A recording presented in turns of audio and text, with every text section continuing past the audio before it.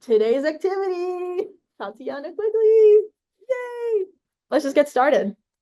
Mhm. Okay, so yeah, this is going to be. I know that most people who go into like digital arts in college want to do games and animation. I too was an animation major, and I sort of fell in to being a toy designer.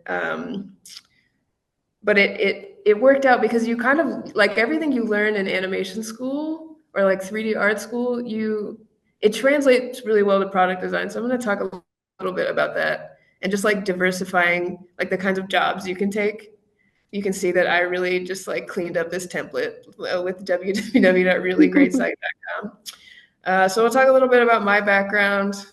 I'll give an overview of what I think product design is and why I think the tech bros who take that title are like fakers and, real product design is where it's at. I'm going to talk about the toy industry, which is how I make most of my money. And then I'm going to talk about the tabletop space, which is just where I have a great time and make a little bit of money. I'm going to talk about crowdfunding because, it's a good way to seize the means of production and own your own, like have creative control. It's also a little stressful, but I'll talk about that. And then it's pretty crazy right now. It's probably stressful if you're going to the job market. I'm gonna try to give you some confidence in what we do, and I think people really value it. So don't give up. And then some final thoughts and Q&A stuff. So I'll get started. Please forgive any typos or random, like, what is going on? Okay, it's me. So about me, I am a product designer and sculptor and illustrator. I'm very general skill set. I'm currently a senior designer at MGA Entertainment. I work on the Boys and Little Tykes team. I've worked for a lot of board game companies and yeah, Goliath games. My favorite projects have been for Letterman games. I worked a little bit on some Gloomhaven stuff. I've worked on Settlers of Catan. I did a random job for Netflix. Yeah, I just had a lot of different client work over my career. I started out as an intern at Goliath Games, and I got a degree in cartoons.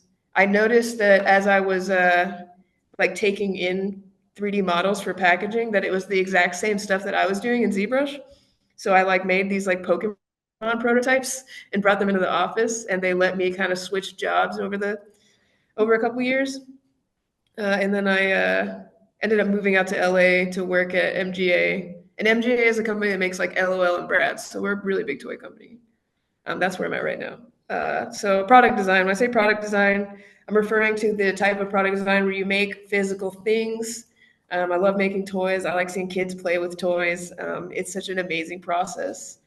Tech bros on LinkedIn like to call themselves product designers. I'll fight them. It's wrong. We're designing real products. You can see I just wrote a random sentence and cut it off. In-house product designers are usually a mix, so we're like industrial designers. We can draw, we can 3D model, and we can prototype and 3D print and stuff. So that's kind of the skill set that you're expected to have as a more senior toy designer. But I've worked with a lot of them who can draw and they learn like the other aspects as they go. So really the most important is that you can draw a turnaround and you can draw something that doesn't look cursed. And networking, obviously, like that's the biggest thing.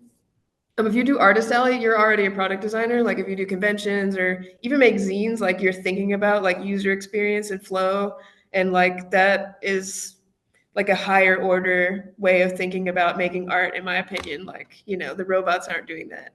All you need to do is know how to draw, know how to prototype, and iterate and break your idea until you like it.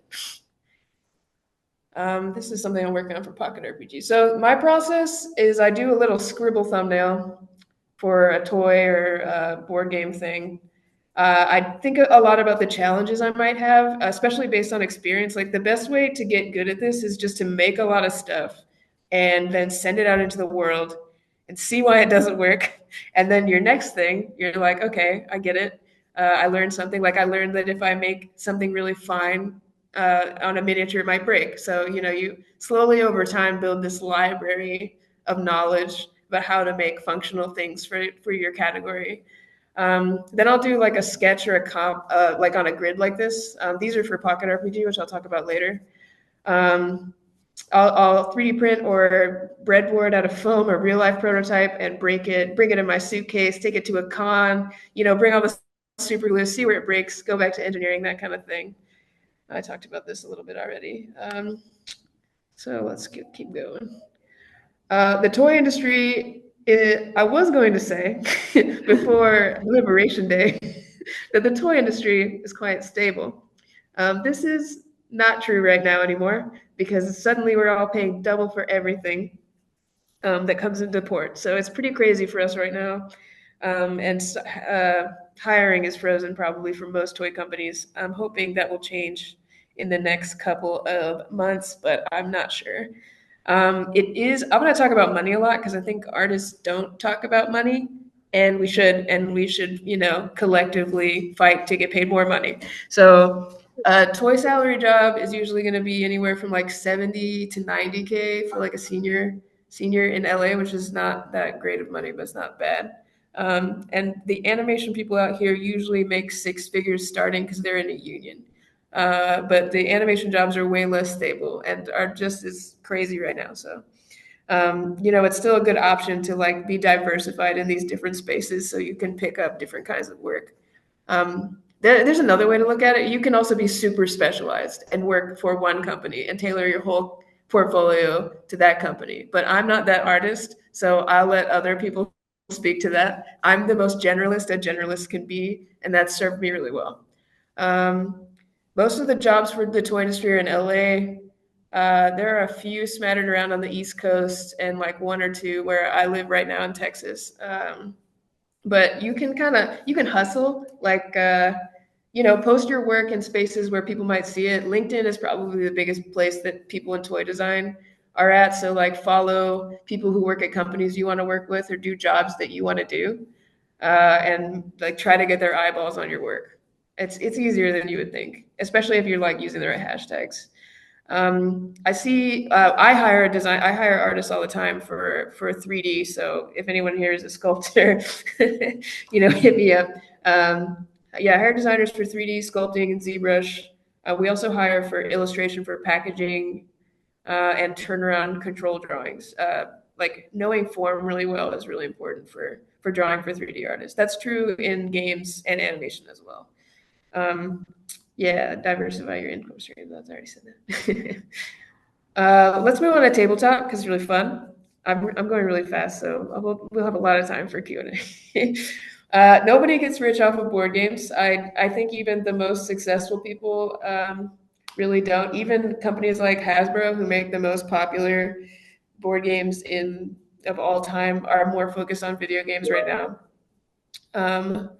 But I love it. I make pretty good side hustle money on it, especially off of miniatures contracts. Those can be anywhere from like $3,000 to 20 grand. So when things aren't double because of tariffs, that's pretty good side income. If you're interested in the tabletop space, you need to get board game designers to know you, and you need to get their eyeballs on your work. That's best done through, most of them are older, so they're all on Facebook.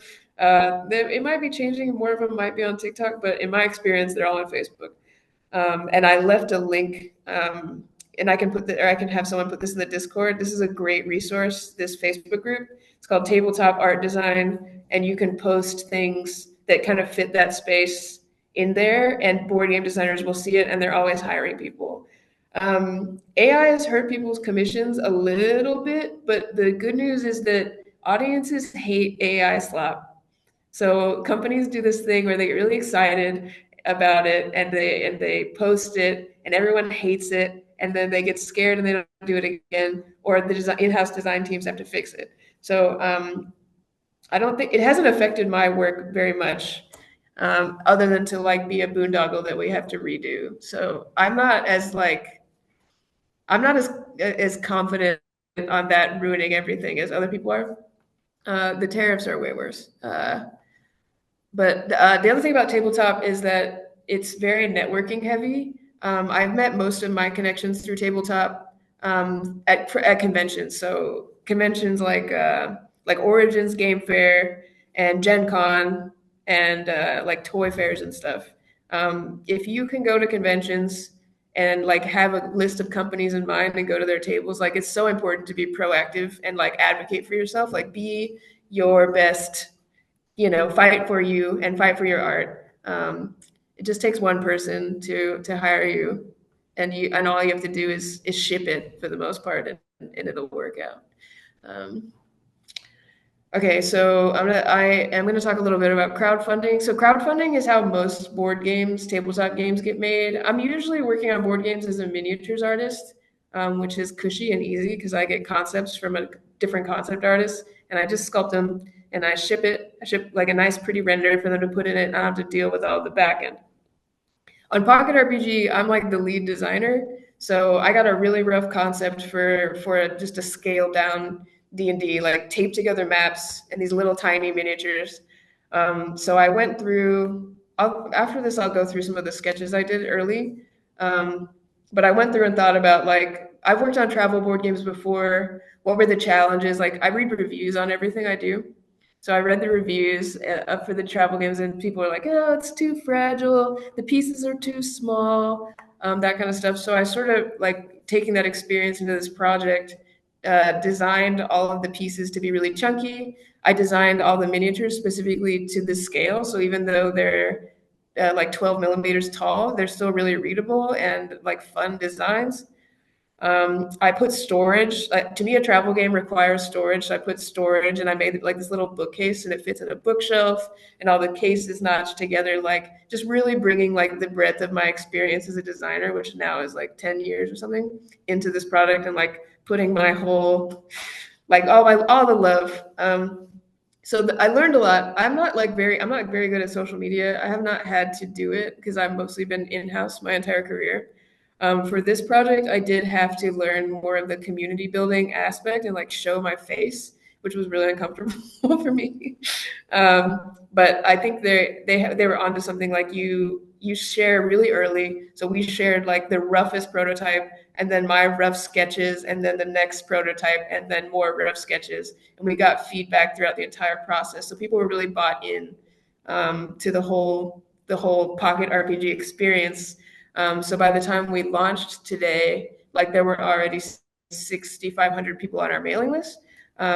So you want to really build that engagement and wait to launch until you've built a sufficient amount of engagement, depending on your marketing budget, which is usually going to be kind of expensive. You have to kind of tailor your expectations to how much your marketing budget will be, or have a longer timeline for releasing your project. It is really stressful. I think I slept like 3 hours last night. But the trade-off is like complete ownership and complete creative control. So I think it is important to own some of your ideas. Uh, Especially over at my experience as like an in-house artist, and everything's under NDA. So it becomes really difficult to have a portfolio, especially when you're starting out, because it takes years for your stuff to come out, and it may never come out. So I've always been doing side work just to have a portfolio that reflects like my latest skill set. I'm probably going to slow down on that now, but that served me really well over the course of my career. So just gonna keep going. So this is the last slide.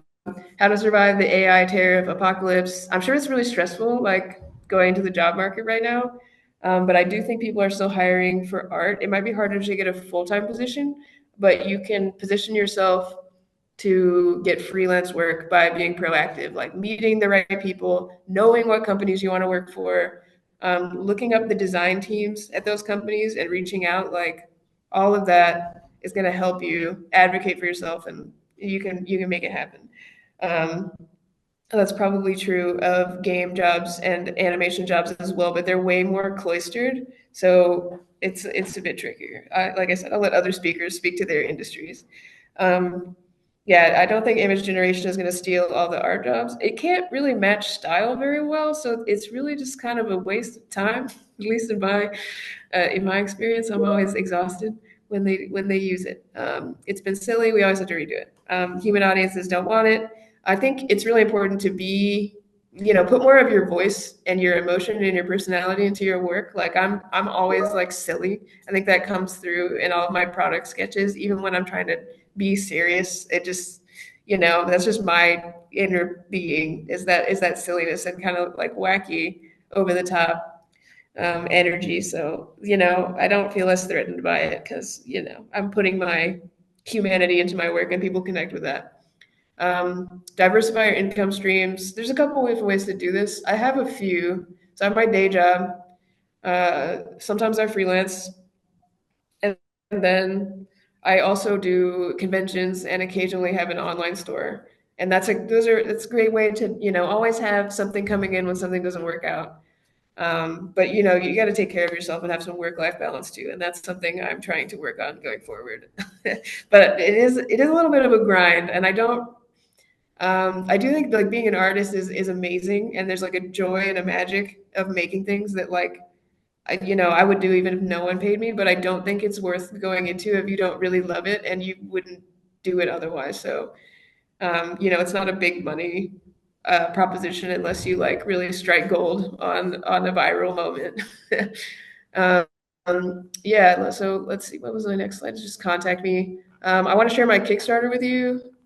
I'm not going to stop sharing. I'm just going to pop over here. So this is a Kickstarter. It's Pocket RPG. You can watch the video. The audio is pretty bad. Listen, I'm not a video guy. It's 3D rendering and stuff in Blender. Um, I like having renders with. I'm just gonna scroll through it. We're gonna scrub through. I did a video, I think, with all my friends. I built this prototype in my garage, and just combined it with like some of my D&D stuff. We made a video. I showed like the pain points of like, we're trying to solve for like, hey, I want to play D&D on a plane or go to a convention. So, I just made a big pile of all my D&D crap and compared it to like, the tiny economical size of the product, and got a couple of my friends together and sold it. And then, I have a team of like 3 other people that helps me with the engineering and the marketing of this. So, but this has been really cool. I'm hoping it is a good way to make money. I will report back. Yeah, let me. Okay. Well, let's see. I might share a little bit more if I can find it. Just some of my early sketches, so I can talk through what we cut, and then you guys can. We ought to do Q&A after that. Yeah, Yep. sounds good. Okay. So Pocket RPG. Sketches. We'll just go through the big pile of sketches that I have. This is so awkward and with one screen. Normally I have dual screens. This is way easier. Okay. Share.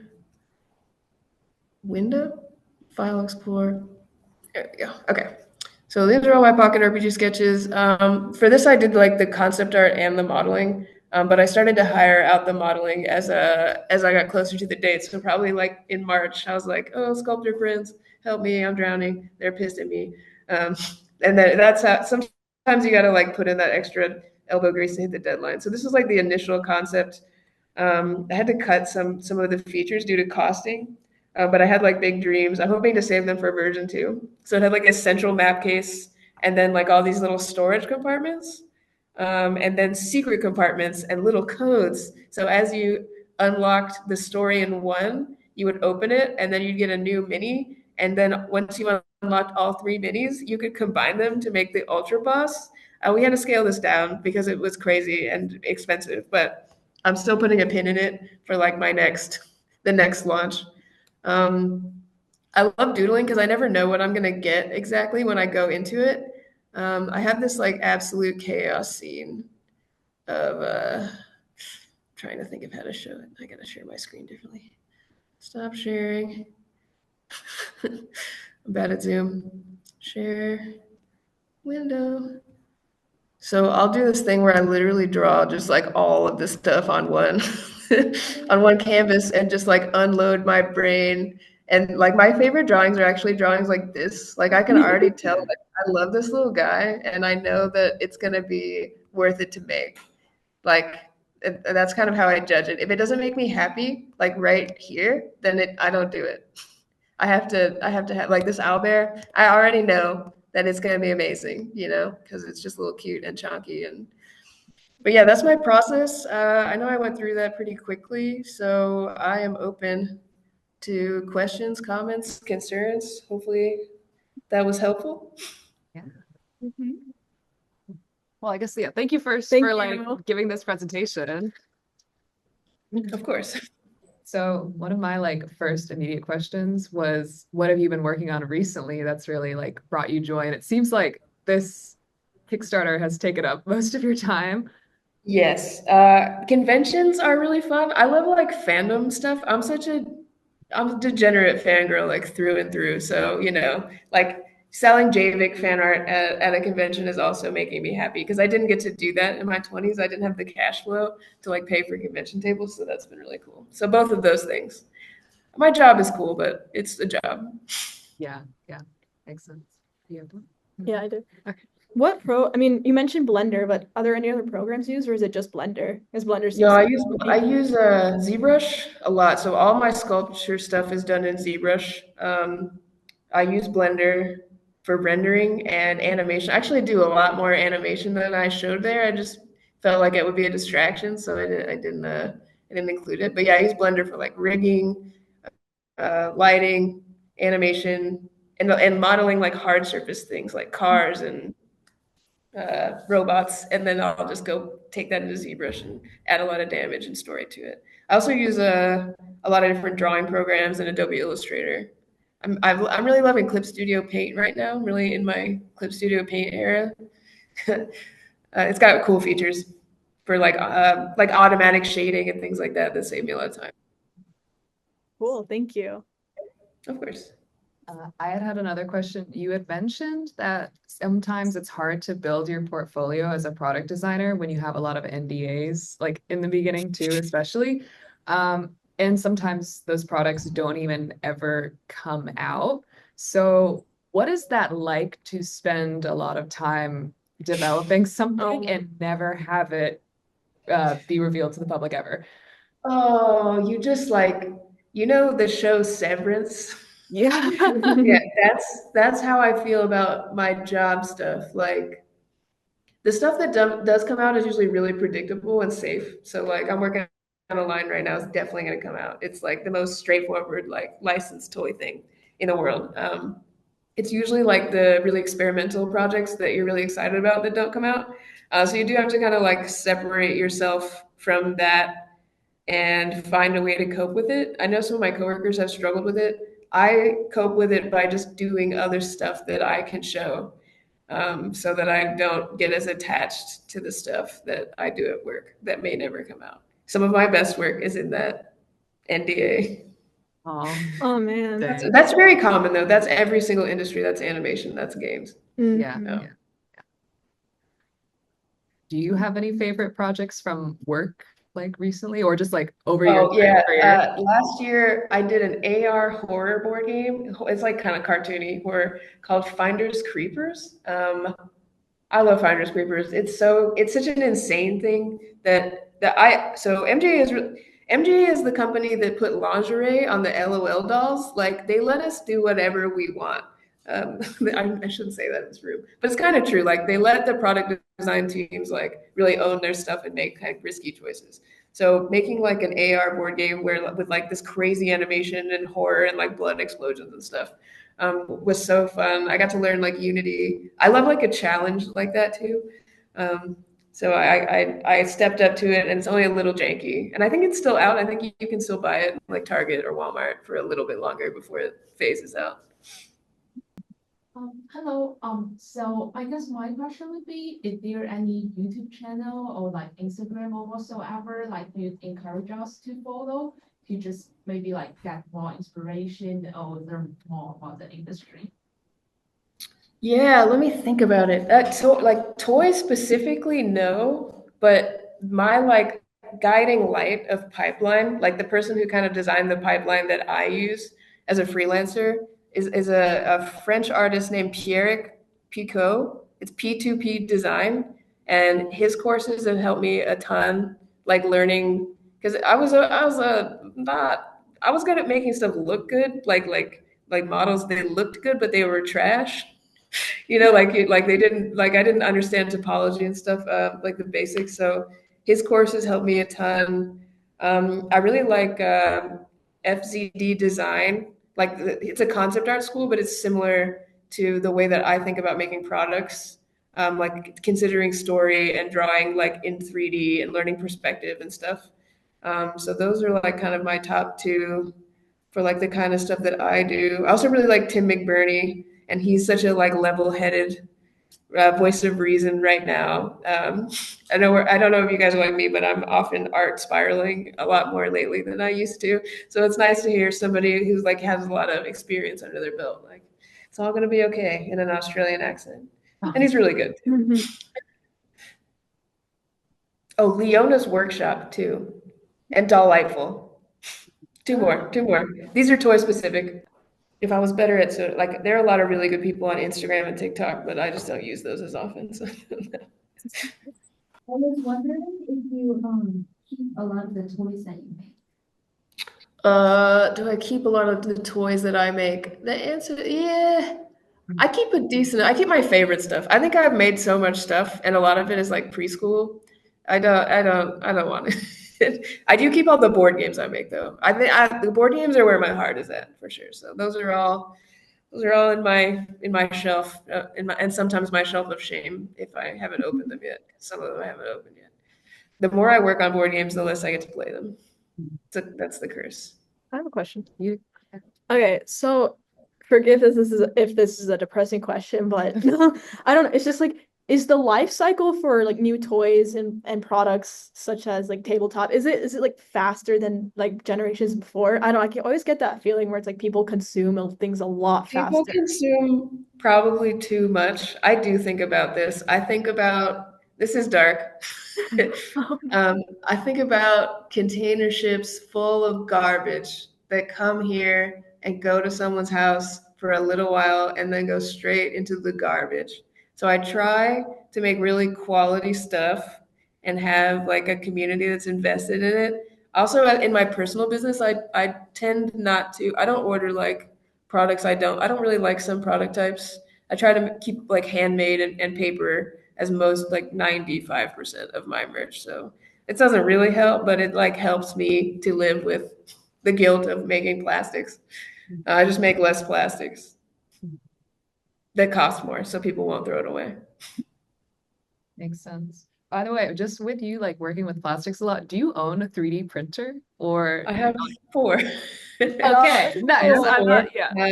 Yeah, I use them a lot. I do a lot of prototyping. I should have talked about that. If you do get into 3D printing, take care of yourself. It's not very well known the effects of like resins and inhaling plastics, but it's really bad for you. So like wear breath protection, wear gloves. Don't be me. Wear breath protection when you're spray painting. Like that's very common advice from older artists. I hear it even from people older than me. Just like you're gonna get occupational asthma. Don't do it. Also, I had one other question that was about you had mentioned you worked on Catan, Settlers of Catan. Oh yeah, a little. I worked on a version of Catan that was like cavemen, and I designed a little dice tower that was like a cave. I don't know if it ever came out, but it was cool. That's another thing. I don't know what happens. Does it come out? Does it not?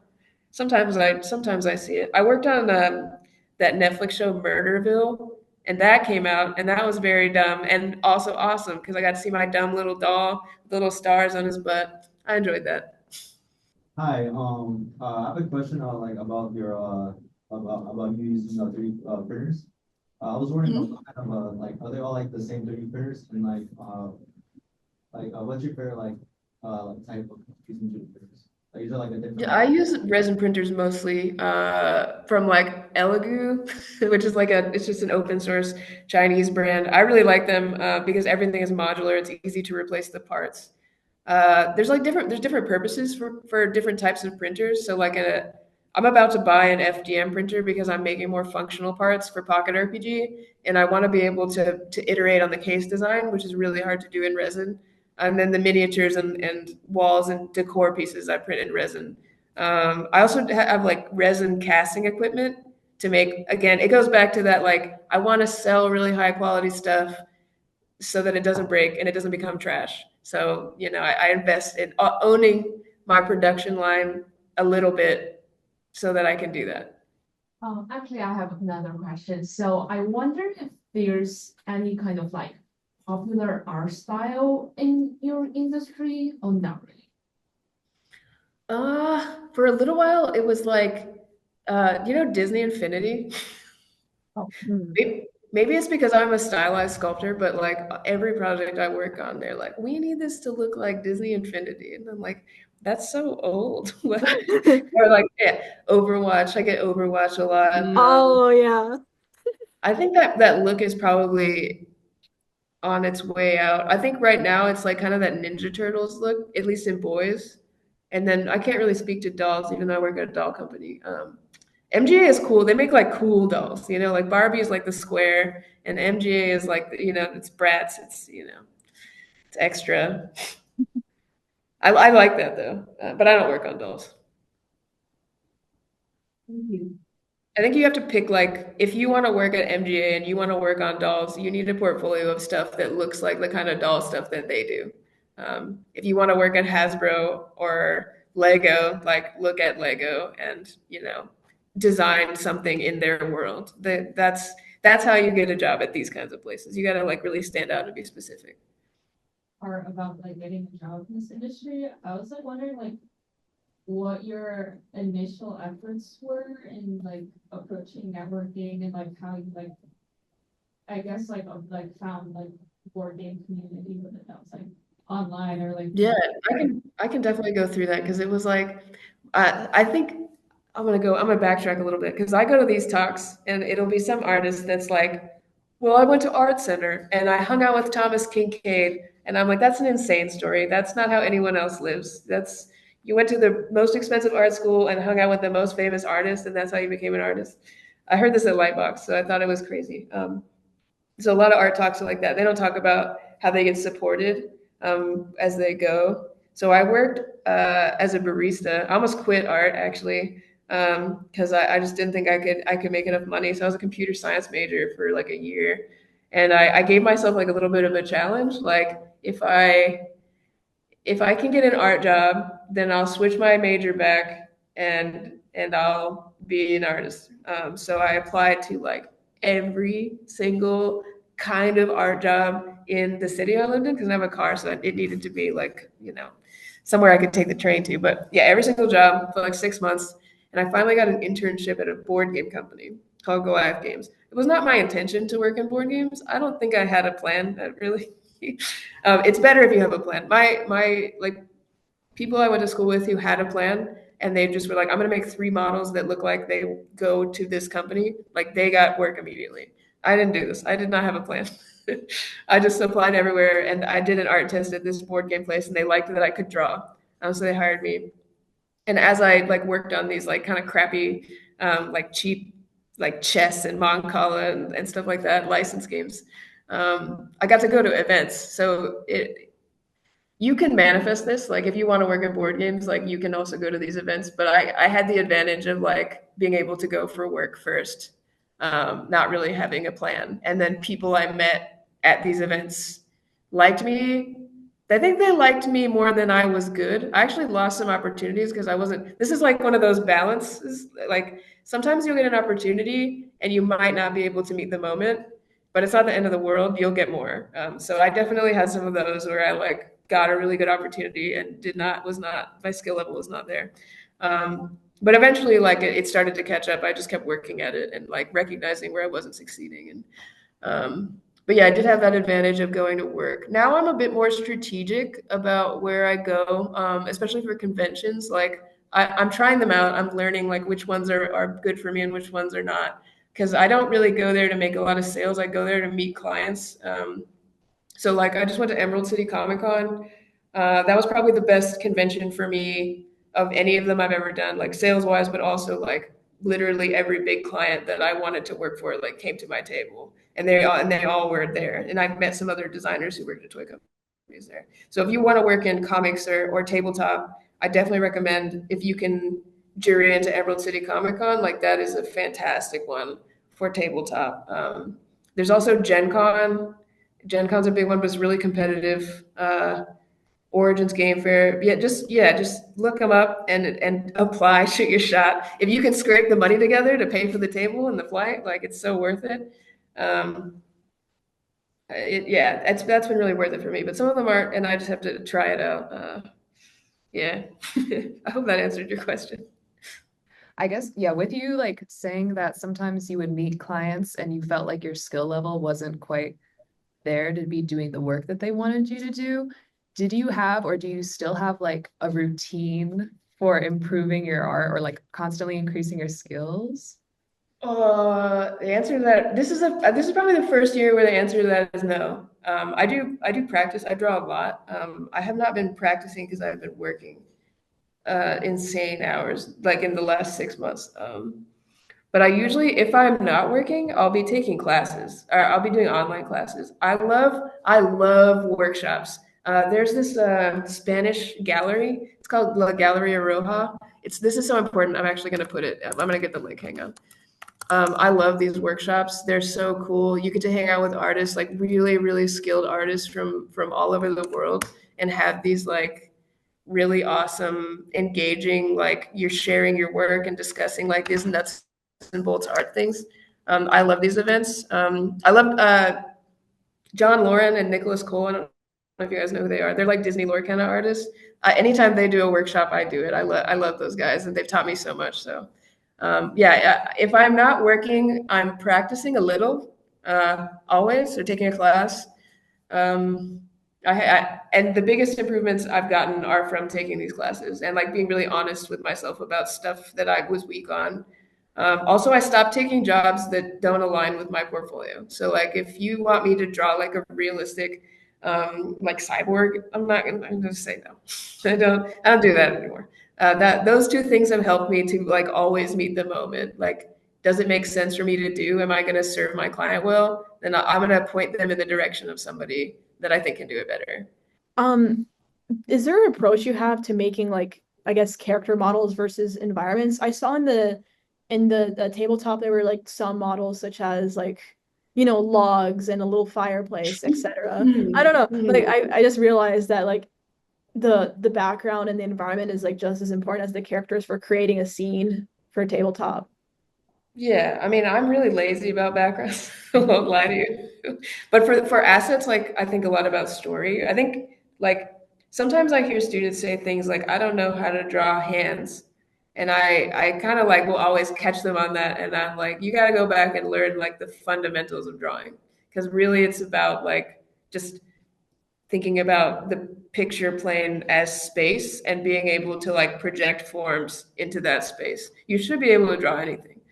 If you understand that a log is a cylinder and a wall is a rectangle, you can there. It's actually easier than drawing characters, which have so much going on.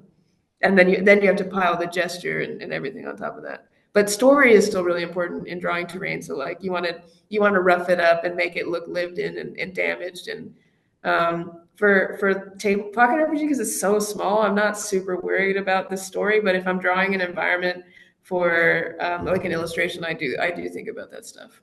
Mm, cool. But it's way lazier. You can tell I like drawing the characters way more. I don't do as much illustration as I do modeling, so I'll be truthful. I just like drawing characters. Makes sense. Characters are just like they're more fun to draw. Mhm. Mhm. I think you got to be a little insane to like love the environment so much, but Yeah, I think it depends on like how you learned to draw for sure. Because I learned how to draw by just like obsessing over book characters, and I wasn't really thinking about the settings they were in. But people who learn how to like paint in kind of a certain way are gravitate more towards the environments and then circle back and learn how to draw characters. And some of us learn the other way. Then we just circle back and learn how to paint, which was me, and probably a lot of you too. with your like interest in storytelling too, I'm wondering, are you when you like do D&D, are you more of a player or a DM? It's just like, I am now like more of a DM for sure. And I think what draws me to like these bigger projects is like designing that experience. Right now I'm working on like adventure modules with some writers, and I just love like reading their work and just seeing it all play out in my head. Like that's my favorite part. And engaging with reading is probably why I even do art at all. So that's like a really important part of my process. I feel like that's a very, yeah, unique inspiration, like source that we haven't heard from as much from other artists.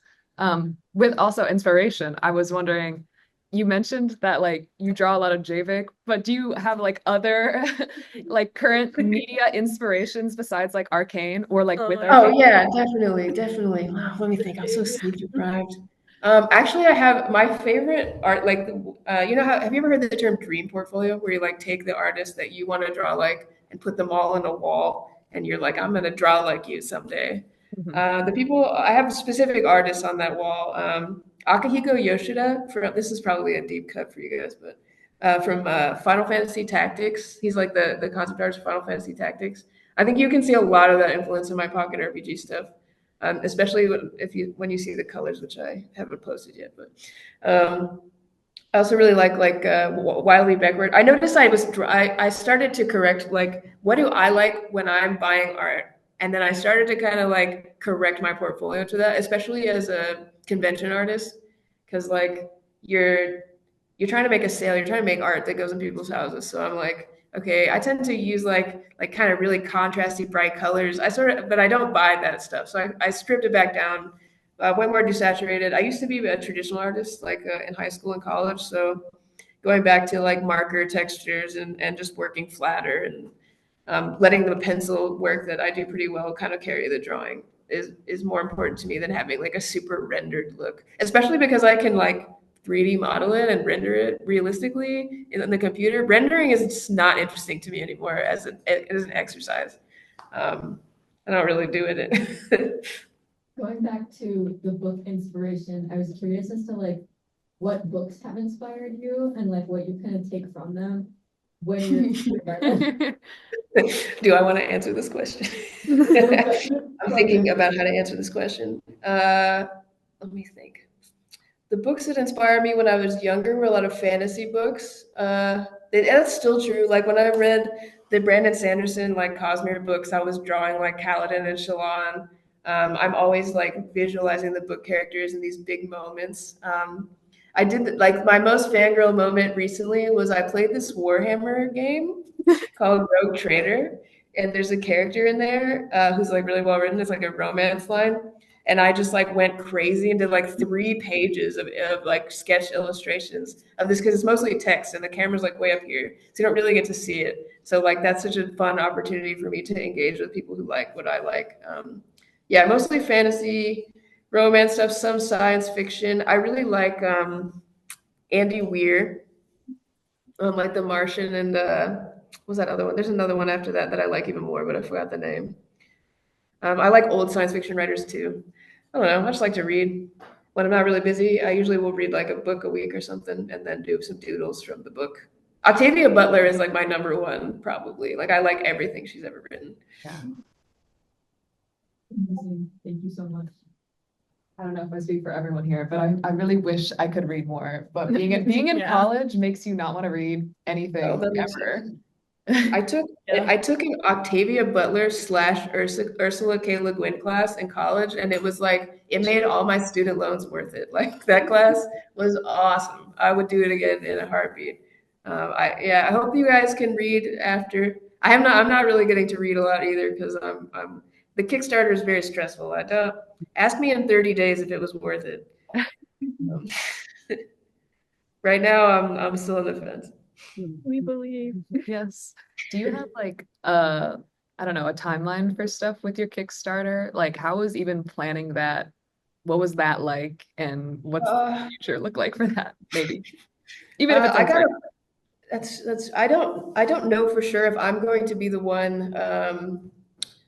I'm going to stay on for a little bit because I care about my reputation. So I'm not going to just hand that off to other people. Like I want to stay on and make sure all the design stuff gets finished.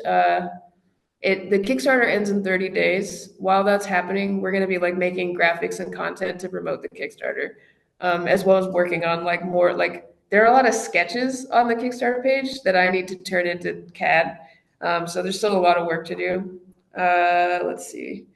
As for the timeline, I started on this in September of last year, I think, maybe a little earlier. It was somebody who'd been trying to hire me for a while, and he's like an inventor. He had kind of a half-baked idea that he wanted me to polish, and he offered me a percentage, which I thought was really interesting.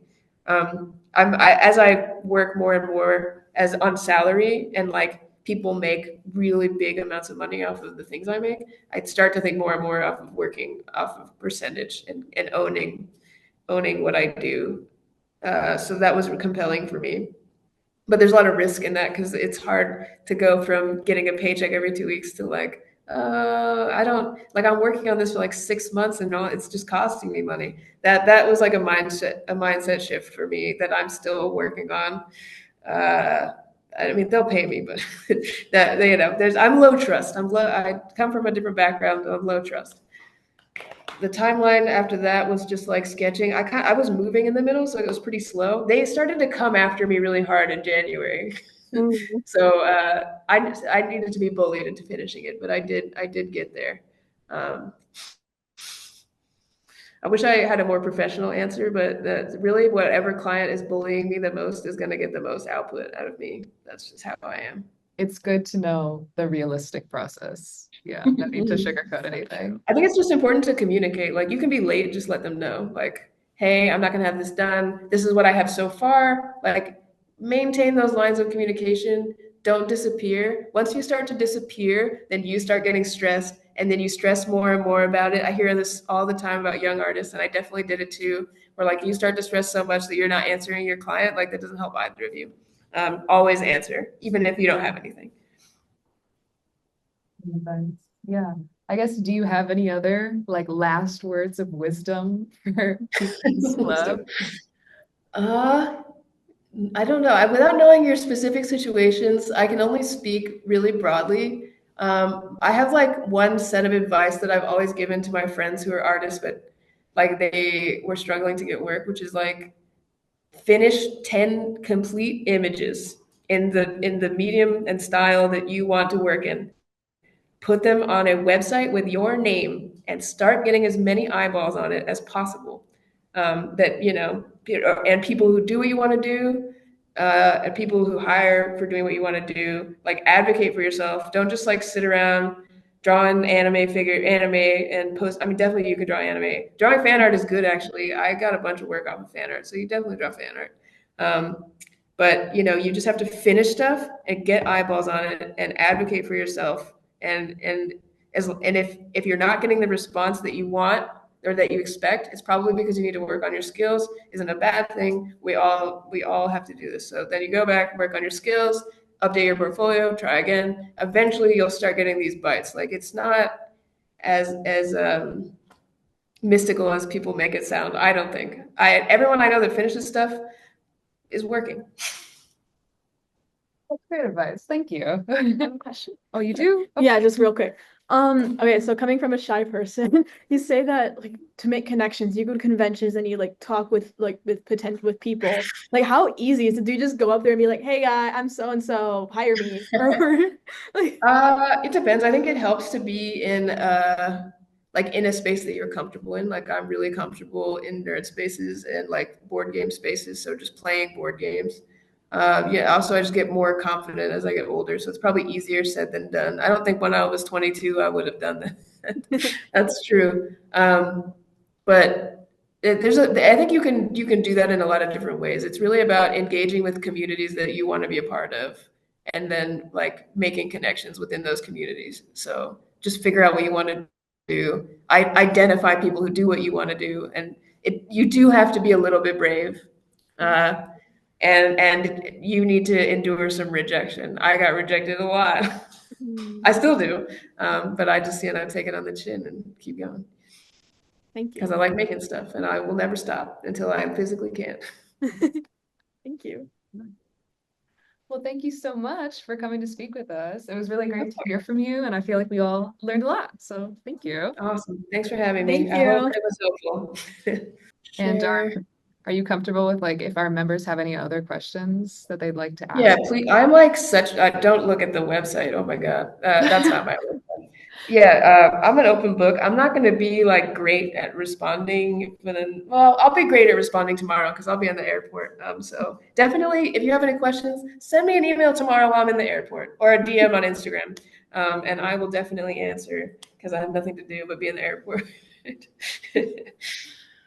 Yeah, I love helping students. I'm always trying to get people where I think they could go. I think that's like I don't have time to do any kind of like outreach, but I can give advice and help people find work. So I do try to help where I can.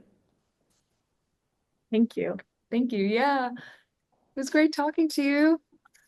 We'll hope to keep in touch, and we will send your information to all of our members. Yeah. Awesome. Thank you. Bye, Thank you. everybody. Bye.